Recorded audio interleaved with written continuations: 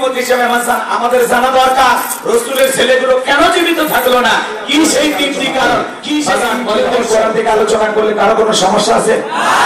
এই কোরআনের মধ্যে কোনো ভেজাল আছে? কোনো মিথ্যা আছে? কোনো ধোঁকা আছে? আপনি কি করে কিতাবটি নাজিল করেছেন কে? আল্লাহ রাব্বুল আলামিন বলেন যালিকাল কিতাবু লা রাইবা ফীহি। আল্লাহ রাব্বুল আলামিন বলেন এটি এমন একটি কিতাব যে কিতাবের মধ্যে কোনো সন্দেহ নাই, কোনো সংশয় নাই, কোনো মিথ্যা নাই, কোনো ধোঁকা নাই। there is no doubt। বলুন আল্লাহু আকবার। হুদাল্লিল মুত্তাকিন, মুত্তাকি বান্দাদের জন্য গাইডলাইন হিসাবে, পথ প্রদর্শক হিসাবে আসমান থেকে কিতাবটি নাজিল করেছেন কে? আল্লাহ। একটু জোরে বলেন কে? মাইকের আওয়াজ কি শুনতে পাচ্ছেন? কোনো সমস্যা হচ্ছে না তো? একটু কষ্ট হচ্ছে তাই না? আমি একটু বুঝতে পারতেছি কম, তো যাই হোক আপনারা বুঝতে হলো পিছন দিক থেকে বক্তার কানে মাইক দিবেন যাতে আমার শ্রোতার আগে আমার আওয়াজ আমি শুনবো। কথা কি বুঝতে পারতেছেন? যাই হোক বাজান গো আমার, গভীর মনোযোগ দিয়ে কথাগুলো শুনবেন। আল্লাহ রাব্বুল আলামিন বলেন হুদাল্লিল মুত্তাকিন, মুত্তাকি বান্দাদের জন্য গাইডলাইন হিসাবে, পথ প্রদর্শক হিসাবে আসমান থেকে কিতাবটি নাজিল করেছেন কে? আল্লাহ। সেই কিতাবের আলোচনা শুনে লাভ না লস? লাভটা কি আমার আল্লাহ জানাই দিলেন ওয়া ইযা কুরিয়াল কুরআনু ফাসতামিউ লাহু ওয়া আনসিতু লাআল্লাকুম তুরহামুন। সূরা আরাফ আয়াত নাম্বার 204 আমার আল্লাহ রাব্বুল আলামিন জানিয়ে দিলেন যারা আমার মুমিন বান্দা তোমাদের সামনে যখন কোরআন দিয়ে ওয়াজ করা হয়, কোরআন থেকে আলোচনা করা হয়, চুপ করে কান লাগিয়ে মনোযোগ সহকারে কোরআনের কথাগুলো শ্রবণ করো। এখান থেকে যেটা উত্তম কথা, ভালো কথা, আল্লাহ রাব্বুল আলামিন বলেন যারা চুপচাপ কোরআনুল কারীমের কথাগুলো শ্রবণ করে আল্লাহ রাব্বুল আলামিন আসমান থেকে তাদের উপরে আল্লাহর রহমত বৃষ্টির মতো নাজিল করেন। বলেন সুবহানাল্লাহ। ওয়াযাক্কির ফাইন্না যিকরা তানফাউল মুমিনিন, সূরা যারিয়াত 55 নম্বর আয়াত। আল্লাহ ডেকে বলেন যারা মানে মুমিন বান্দা তাদের সামনে কোরআন দিয়ে ওয়াজ করলে এই ওয়াজগুলো, এই উপদেশগুলো তাদের উপকারে আসবে। বলেন সুবহানাল্লাহ। তাহলে ওয়াজ শুনে প্যান্ডেলে রাখবেন নাকি বাড়ি পর্যন্ত নিয়ে যাবেন? আমলের নিয়তে বাড়ি পর্যন্ত নিয়ে যাবেন তো ইনশাআল্লাহ? আল্লাহ কবুল করুন। সূরার নাম কাউসার। জোরে বলেন কি নাম? কাউসার। আরো জোরে কাউসার। অনেকে ভাবতেছেন হুজুর এই সূরা থেকে ওয়াজ করবেন, এটা যদি বুঝতাম কষ্ট করে আপনার মাহফিলে আসতাম না। আচ্ছা বলেন তো বাজান, পরিচিত পথে পথ চলতে সহজ না কঠিন? পরিচিত মানুষের সাথে কথা বলে ভালো লাগে না খারাপ লাগে? কথা বলে সহযোগিতা করা লাগে। আমি করবো ওয়াজ, আপনারা দেবেন আওয়াজ, জবাব দিবেন ঠিক ঠিক, আলোচনা হবে কমপ্লিট। শ্রোতাদের স্পিরিটে বাড়ি, বক্তার হিট, আলোচনা হবে জায়গা মতো ফিট। আগে বলতাম কিছু আজ প্যান্ডেলে, কিছু আজ অ্যাঙ্গেলে, এখন আর অ্যাঙ্গেলে না, যা বলবো সব ডাইরেক্ট।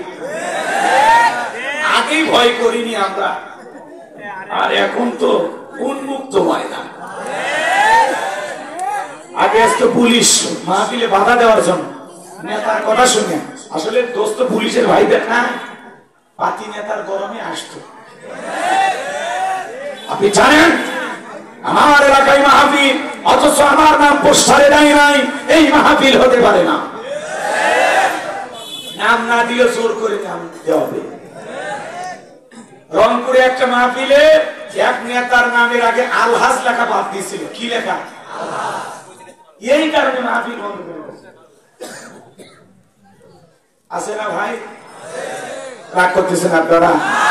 বিরক্ত হইতেছেন? এই জন্য কথা বলে দিল দিয়ে বুঝবেন। পরিচিত পথে পথ চলতে সহজ না কঠিন? পরিচিত মানুষের সাথে কথা বলে ভালো লাগে না খারাপ লাগে?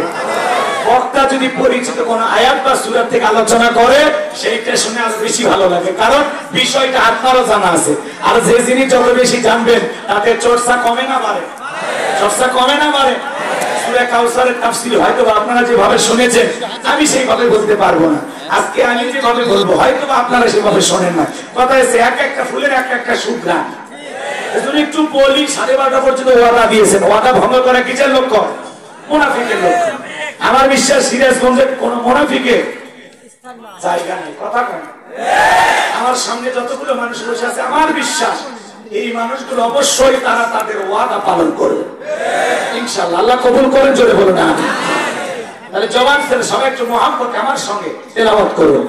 আউযু বিল্লাহি মিনাশ শাইতানির রাজীম বিসমিল্লাহির রাহমানির রহিম। বিতাড়িত মোদ্দার শয়তানের কাছ থেকে আল্লাহ পাকের কাছে আশ্রয় প্রার্থনা চাচ্ছি। আল্লাহ তাআলা নামে শুরু করছি। আমরা যে কোনো কাজ শুরু করবো কার নামে?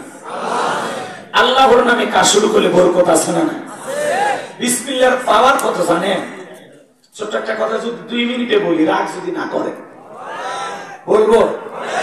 এই যে আপনারা যেরকম শুনতে আসছেন, পাশে মহিলা প্যান্ডেল আছে না? আল্লাহর এক বুজুর্গ গোলাম, তিনি ওয়াজ করতেছেন। তো ওই প্যান্ডেলের পাশ দিয়ে একটা হিন্দু মেয়ে হেঁটে যাচ্ছে। মেয়েটা কৌতূহলে চিন্তা করলো, দেখি তো মুসলমানেরা কি বলে, একটু যায় শুনে আসে। একটা হিন্দু মেয়ে তখন মহিলা প্যান্ডেলে বসে আলোচনা শুনতেছে। আল্লাহ সে বুজুর্গ গোলাম আলেম বান্দা ওয়াজ করতেছেন আর বলতেছেন, কুল হুয়াল্লাহু আহাদ, হে নবী আপনি বলুন আল্লাহ এক, আল্লাহ অদ্বিতীয়।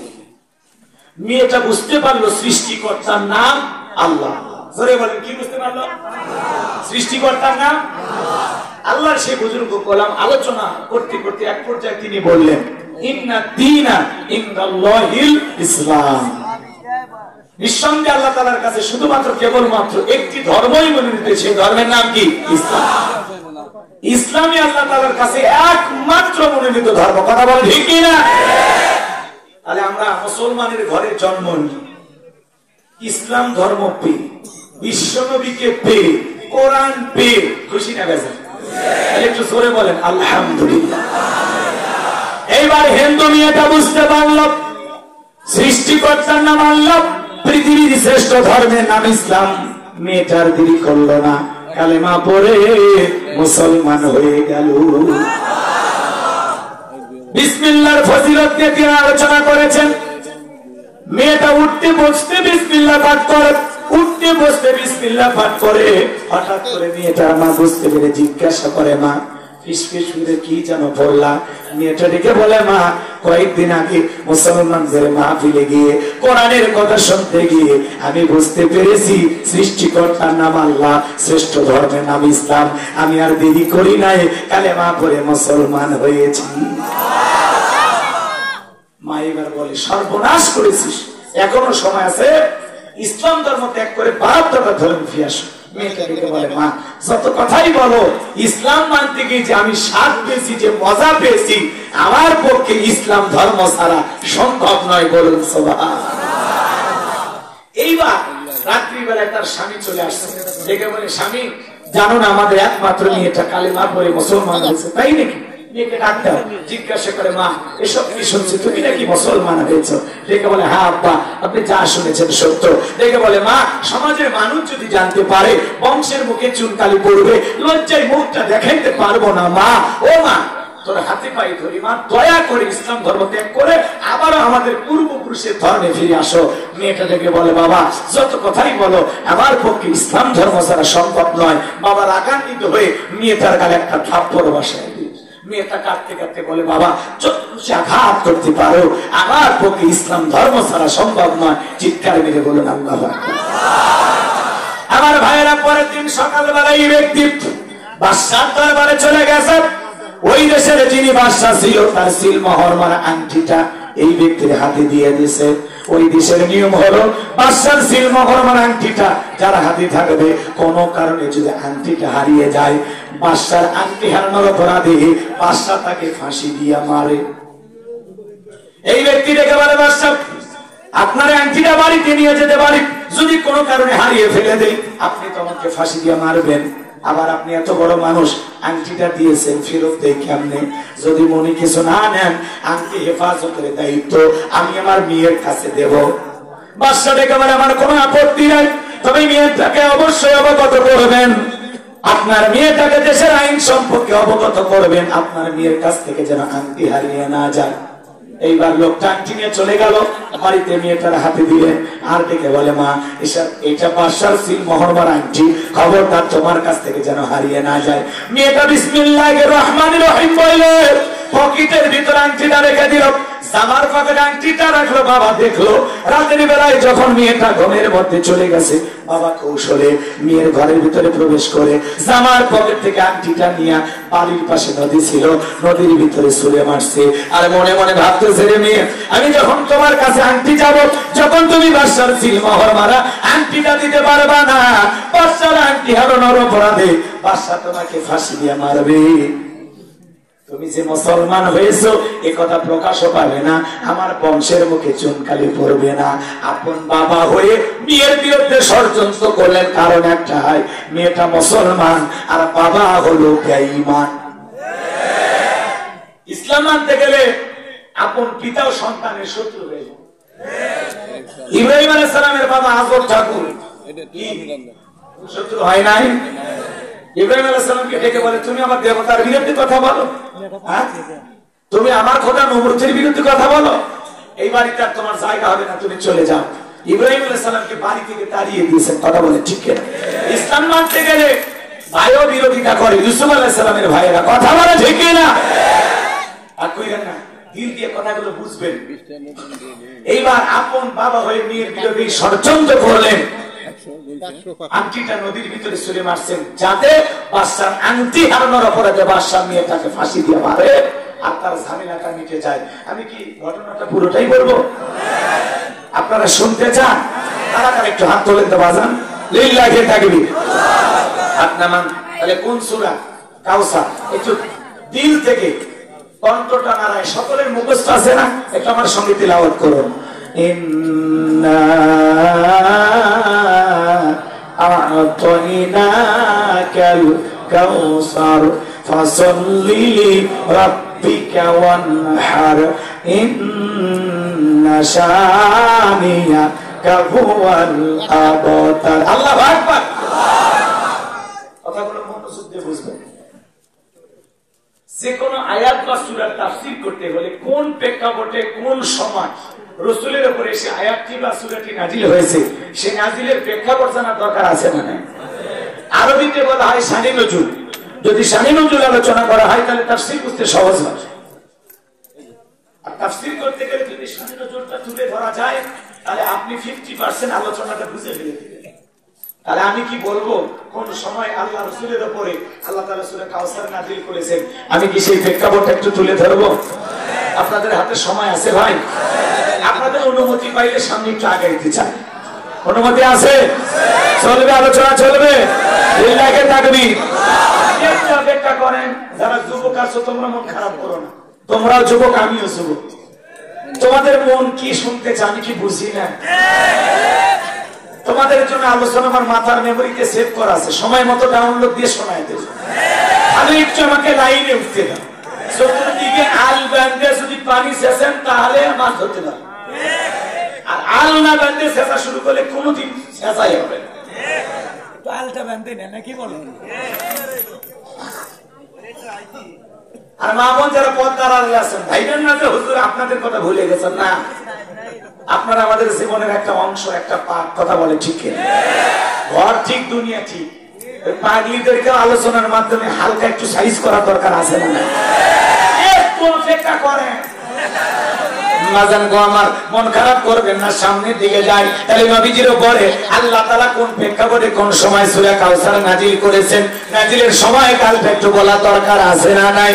নবীজির প্রিয় সাহাবী হযরত আনাস রাদিয়াল্লাহু তাআলা বলেন, আমি তাকায় দেখি নবীজি খাবার হাতিমে হেলান দিয়ে বসা। নবীজির মনটা ভীষণ খারাপ, মুখটা মলিন, চোখের কোণা দিয়ে অশ্রু ঝরতেছে। কিছুটা সময় অতিবাহিত হয়ে যাওয়ার পরে আমি তাকায় দেখি আমার নবীজি মুস্কি মুস্কি হাসতেছেন। বলুন সুবহানাল্লাহ। হযরত আনাস বলে, নবী গো, এই মাত্র দেখলাম মনটা খারাপ, আবার কেন মুস্কি হাসি দেন? আমার নবী কেন কাঁদেন, কেন হাসেন? এর পেছনে রহস্য আছে না নাই? নবীজির মনটা কেন খারাপ, চোখের কোণে কেন পানি? কারণ হলো নবীজির কলিজার টুকরা ছেলে সন্তানগুলো জন্ম নেয়, আর এক এক ছেলে সন্তানগুলো মারা যায়। ইব্রাহিম মারা যায়, আবুল কাসেম মারা যায়, আবু তাহের মারা যায়। ছেলেগুলো জন্ম নেয় আর এক এক মারা যায়। তাহলে বাবা হিসাবে নবীর মনেও কষ্ট লাগে কিনা? এত সন্তানগুলো মারা যায়। নবীজির কাছের চাচা নাম হলো আবু লাহাব, ডেকে বলে ভাতিজা তোমার বংশে ভাতিজারাও কেউ থাকলো না, তুমি একটা লেজ কাটা, তুমি একটা নির্বংশ করে কন্যা। উযুবিল্লাহ। আপনারাই বলুন বাজান, আল্লাহ না করুক আপনার আমার সন্তান যদি মারা যায়, কাছের আত্মীয় স্বজনদের উচিত বিপদের দিনে সান্ত্বনার বাণী শোনানো। বাবা তুমি সবর করো, ধৈর্য ধারণ করো, জীবন মৃত্যুর মালিক আল্লাহ, আল্লাহ সন্তান দিয়েছে, আল্লাহ নিয়েছে, মন খারাপ করো না। আল্লাহ যদি চাই বছর না করতে আবারও তোমাদের কোল আলোকিত করে সন্তান দিতে পারেন, তিনি কে? কাছের মানুষদের উচিত বিপদের দিনে সান্ত্বনা দেওয়া, সবরের রস করা, ধৈর্যের রস করা। কিন্তু নবীর চাচা আবু লাহাব এতটাই খারাপ, নবীকে বলে তুমি লেজ কাটা, তুমি নির্বংশ, তুমি একটা হাত খুলে জোরে কন্যা। উযুবিল্লাহ। যদিও রাসূলের 4 কন্যা সন্তান জীবিত ছিল, এরপরেও এই সমালোচনা গুলো আবু লাহাব করতেছে। মনে রাখবেন আবু জেহেলের থেকে তো আবু লাহাব বেশি খারাপ। আবু লাহাবের নামে আল্লাহ সূরা দিয়েছে, কিন্তু আবু জেহেলের নামে সূরা নাযিল হয়নি। তার মানে কি বুঝলেন? এই আবু লাহাব হলো সবচেয়ে বেশি খারাপ। নবীকে কি বলে? হাত তুলে, লেজ কাটা, তোমার বংশে বাতিজানোর কেউ নাই।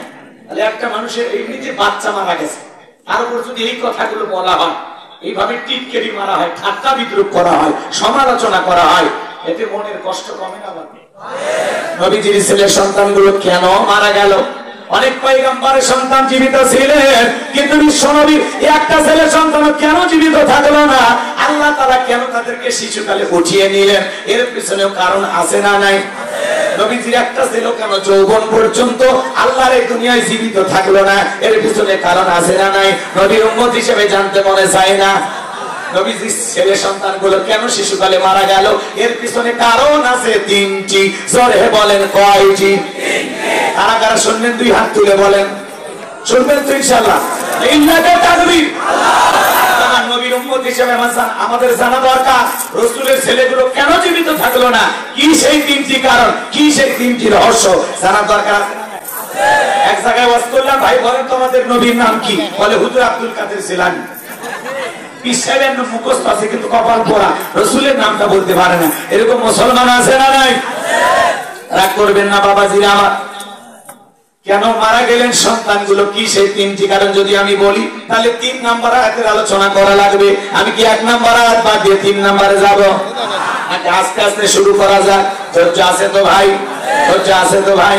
গভীর মনোযোগ দিয়ে কথাগুলো শুনে যান বাজান গো আমার। একে তো সন্তান হারানোর ব্যথা, অন্যদিকে আপন মানুষদের সমালোচনা, আবার সাহাবায়ে কেরাম যারা ইসলাম ধর্ম গ্রহণ করে কাফের বেঈমানরা তাদের উপর নির্যাতন জুলুমের স্টিম রোলার চালায়। হযরতে বেলাল তখনও কালেমা পড়ে মুসলমান হন নাই। নবীজি রাতের বেলায় দারুল আরকামে বসা, হযরতে বেলাল বিশ্ব নবীর দরবারে উপস্থিত হয়ে গেলেন। নবীজির চেহারার দিকে তাকাইয়া হযরতে বেলাল ডেকে বলেন, নবী গো, আপনার চাইতে সুন্দর মানুষ আমি জীবনে কোনোদিন দেখি না। একটু জোরে বলেন না সুবহানাল্লাহ। আপনার আমার নবী কতটা সুন্দর ছিলেন জানেন? হযরতে সাবির রাদিয়াল্লাহু তাআলা বলেন, পূর্ণিমা রাত আমি রাসূলের বাড়িতে গিয়েছিলাম, সেদিন দেখেছিলাম চাঁদ উদয় হয়েছে 2টা, একটা চাঁদ আসমানে আর একটা চাঁদ জমিনে। হযরতে সাবির রাদিয়াল্লাহু তাআলা বলেন, আমি একবার আকাশের চাঁদের দিকে তাকাই আর একবার বিশ্ব নবীর চেহারার দিকে তাকাই। হযরতে সাবির বলেন, ওই আকাশের পূর্ণিমার চাঁদের চাইতেও বিশ্ব নবীকে আমার কাছে বেশি সুন্দর মনে হয়। আপনার আমার নবী কতটা সুন্দর ছিলেন জানেন? আম্মা জান আয়েশা বলেন, যারা ইউসুফ নবীর চেহারার দিকে তাকাইয়া মিশরের নারীরা ফলকার থেকে আঙ্গুল কেটে ফেলে দিয়েছিল, ওরা যদি আমার বিশ্ব নবীর চেহারার দিকে তাকাইতো, শুধুমাত্র আঙ্গুল নয়, আঙ্গুল কাটতে কাটতে, হাত কাটতে কাটতে কখন যে নিজের কলিজা কেটে তুফা করে দিত, মুহূর্তের জন্য টের পাইতো না। আপনার আমার নবী এতটাই সুন্দর। আয়েশা আরো বলেন, ও দুনিয়ার মানুষ, তোমাদের একটা সূর্য আছে, আমি আয়েশার একটা সূর্য আছে। তোমাদের সূর্য উদয় হয় দিনের বেলায়, আর আমি আয়েশার সূর্য উদয় হয় রাতের বেলায়। জোরে বলেন মারহাবা। আম্মা জান আয়েশা একদিন সিলাইয়ের কাজ করতেছিলেন, হাত থেকে সুইটা পড়ে গেল, বাতিতে কোনো তেল ছিল না, বাতি জ্বালাইতে পারলেন না, অপেক্ষায় বসে থাকলেন। বিশ্বনবী যখন এশার সালাত আদায় করার পরে ঘরের ভিতরে প্রবেশ করলেন, নবীজি ঘরে ঢুকে সর্বপ্রথম আম্মা জান আয়েশাকে সালাম দিলেন। নবী ঘরে ঢুকে স্ত্রীকে কি দিলেন? তাহলে আপনি আমি যখন বাড়িতে ঢুকবো বউকে সালাম দেওয়া দরকার আছে না নাই? সুন্নাত প্রত্যেকটা ঘরে চালু থাকা দরকার আছে না নাই?